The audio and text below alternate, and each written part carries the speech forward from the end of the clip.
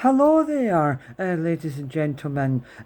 22 minutes past 9 on Friday, the 28th of August 2026, when Bayern Munich are winning 5-1 and Manchester City are winning 3-1. And because I paused watching Emmerdale, and then I was gone to the kitchen to get my mother something. I put my phone down when I went up the stairs, couldn't remember where I put it, and was spending absolute ages looking for it, and retraced my steps for the moment I got up until I came back down the stairs, couldn't find it. My phone is always on silent, because if it wasn't on silent, every 2 minutes I would constantly be getting notification noises from all my apps. So I just have it on.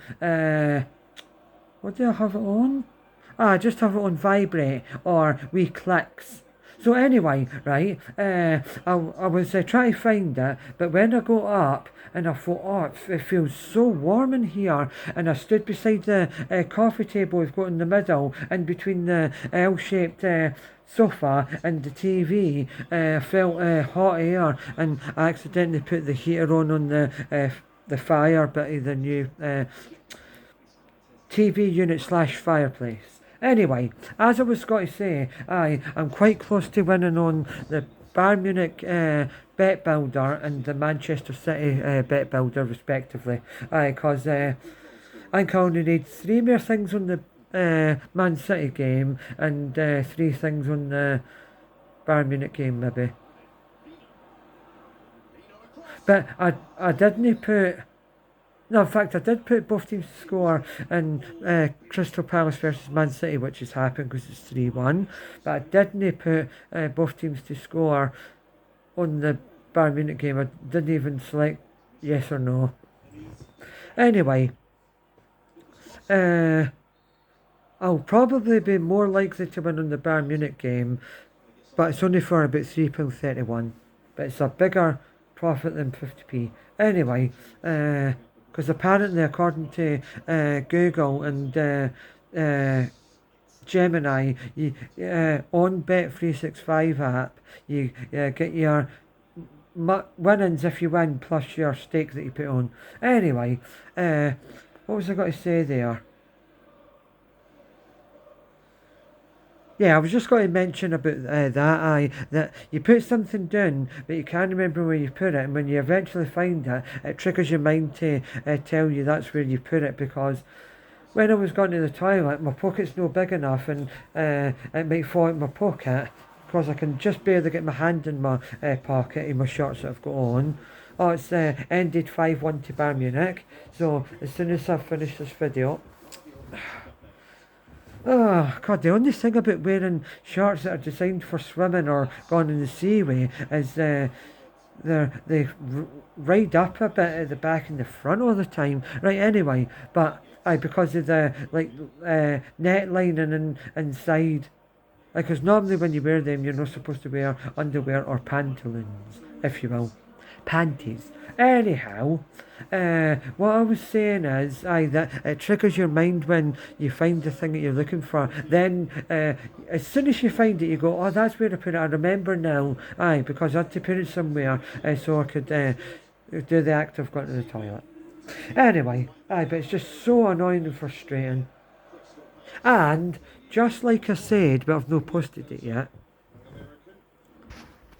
on the one where I was explaining about Emmerdale and Coronation Street, but specifically just soaps in their entirety, that it's not the aftermath, no, it's not the before, during, or either before or during, it's the aftermath of everyone being sad and annoyed and frustrated and angry about a death.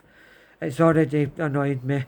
Because I just watched a wee bit just before I put the Man City game back on, that Jimmy, the character that passed away, they were pulling out his body out of the marquee, and Nicola King burst out greeting, and I thought, oh my God, we're going to have about at least 10 episodes now where she's always constantly greeting and upset and annoyed. very, very, very tempted to maybe no watch Emmerdale for the next 10 episodes until that storyline dies down a bit. No pun intended, because of the death. But anyway, it's just annoying. Sometimes it can be worse, the aftermath, rather than the before and during. Anyway, so it's just mental. And I do not know, it just bugs the living daylights out of me how anyone in the world can watch anything on TV, anything that's been on TV or film, apart from maybe something that's properly real, like a documentary, how that anyone can cry over a soap storyline or a movie is beyond me. It's just horrible. That's one of the worst things I hate about humans. It's not real. It doesn't exist. It's fiction. It's a character playing. It's a real life human playing a character, and they've not got any ties to that. So if that character passes away, that character's not real. So you can't have feelings towards it. And another thing is when a person cries because a celebrity dies. Why? You've never met them. You don't know. You might hate them. It's beyond me. It's stupid and pathetic. I mean, say for instance, someone that devoted their life and wanted to be Michael Jackson and loves them and collects everything memorabilia towards him. Maybe if you had a chance to meet him when he was alive in real life, you might not even like him. So you can be upset. Well, you can be a bit upset, but you can't cry or get emotionally traumatized by someone's death if you've never met them. You can't have a physical, emotional tie to the person if you've never met them in real life. So that would be my other thing if I was in charge of Britain. I would be that if a celebrity dies, you can't cry about them unless you've met them in person. Because even though technically in my own way, but I don't physically worship the Foo Fighters. In my own way I do, but when Taylor Hawkins passed away, even though it was sad, I go over it because I've never met him. Because if I did and I didn't like him, then you can't have an emotional tie to a celebrity, especially if you've met them and you didn't like them, but you still like them. You still like what they stand for, and you still like their music, even though you think they're a terrible person. Like, for instance, oh God, who can I use as an example? Basically, and in Evanescence, I suppose. I really like the way that Ronaldo plays football, and I like all the sacrifices he's made to become a great footballer. But I don't think he's a nice person, because he always moans and thinks he's better than everyone else and stuff like that.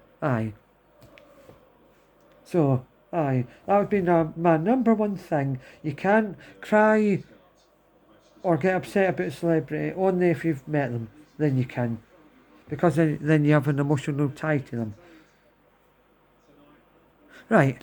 Anyway, I'm going to look that up soon, and in a previous video I'll tell you if it's true or not. Should you cry over a celebrity if you've never met them before? That would be my number one poll. Write that, comment, put that in the comments below. Would you cry if a celebrity dies? Obviously millions of people have done it. Anyhow, I think I'm going to sneeze.